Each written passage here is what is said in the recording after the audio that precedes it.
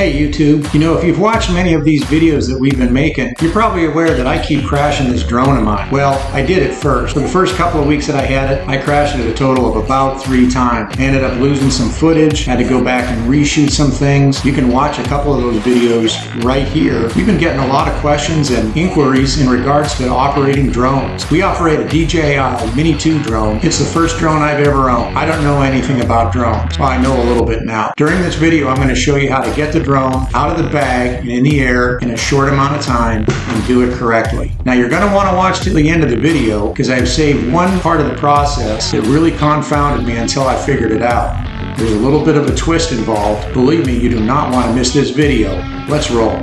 Empty Nesters Life. Join Jessica and Brent on the Read for Effect YouTube channel. Adventures, topics, and fun. One of the things I noticed is if you've got your gear with you, like your drone, your GoPro camera, that sort of thing, you're going to come across things where you might have not too much time to get everything set up and get that perfect shot. A couple of examples that I've had: great sunset with a train going by, had some guys loading their dog into a boat, and I knew that they would be gone before too long. At the beginning of using my drone, it took me a heck of a long time to get this thing out of the bag, up into the air, and recording footage. So I'm going to go through the steps of taking the thing from a bag and get it up into the air. It's important that you store it correctly, and depending on the bag that you have, there's going to be compartments that are designed to hold the different parts: your controller, your battery bank, last but not least, the drone itself. One pro tip: if you've seen my video about crashing the drone and getting it all wet,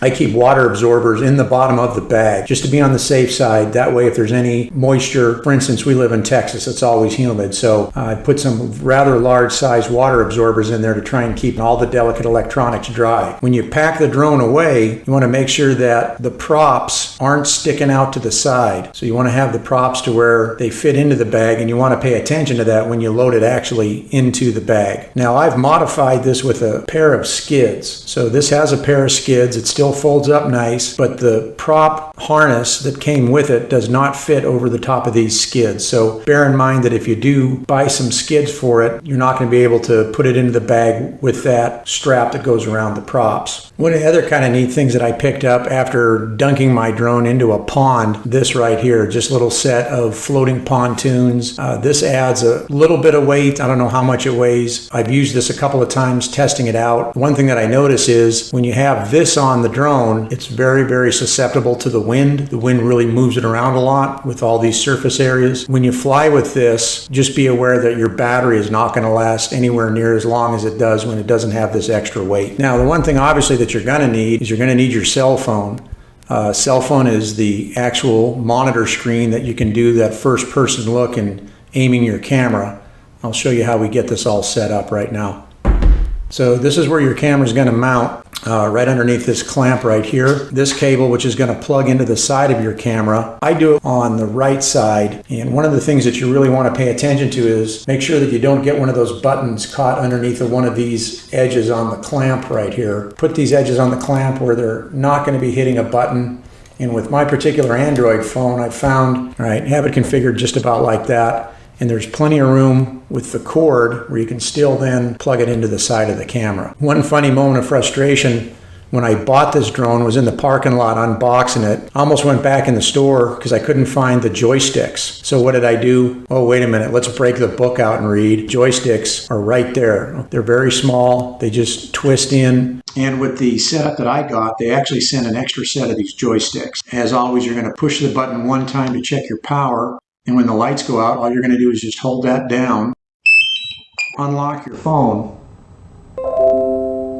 readying the drone for flight. Forward legs, push those out first. The rear legs, and again, I've modified it with this set of struts. So you've got to very carefully move that out of the way. It blocks it a little bit, but not too bad. And then these skids just pop right out like that. One of the things you'll notice about my battery bank is I wrote numbers on it just so I could keep track of which battery was which. One of my batteries is in there upside down. That's the one that actually got wet and it doesn't work anymore. So at some point I'm going to have to dispose of that and replace that. On the side of the battery bank, you've got a test button, and this will do a test of all your batteries. And you can see I've got this fully charged. There's 4 lights. So I'm going to take battery number 1, and this just goes right into the aft end of the drone. And you'll notice the notch that has the little copper connectors, that always goes up.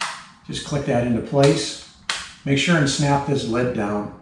I've actually had the drone up in the air a couple of times and realized that I didn't snap this lid all the way down. Anyway, it interrupted the flight, had to land it. Obviously, I'm not going to have it take off from the desk. That could probably be bad. Maybe if I put some safety glasses on. Gone ahead and moved over here to a different part of the garage. Okay, now we're going to do a quick test flight. I'm going to run through the basics of the flight controls. You'll notice I'm wearing safety glasses. That's because I've got 4 blades that are very sharp. They're going to be spinning within close proximity to my head. Let's check out how these controls work. It says take off with caution. It'll say take off with caution until it has a firm fix on where it's at based on GPS. You simply hit the takeoff button and then you press and hold this button here where it says take off. When it takes off, it's going to go to a height of about 1.5 meters.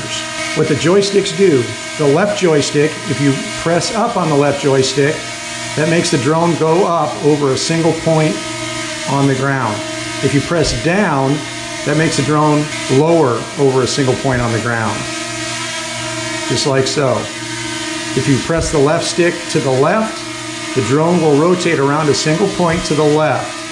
If you press to the right, the drone will rotate around a single point to the right. The right joystick controls its motion across the ground or in relation to the ground. If you push forward on it, it's going to cause the drone to fly in a forward motion. If you press down on the right joystick, it will cause the drone to fly in an aft direction, also known as backwards or to the rear.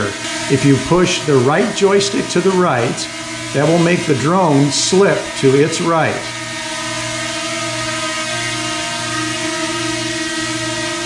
If you push the right joystick to the left, that will make the drone slip to its left. In order to land, you want to make sure that you're over a clear spot. You can press the land button right here, or you can simply press down on the left joystick and hold it down.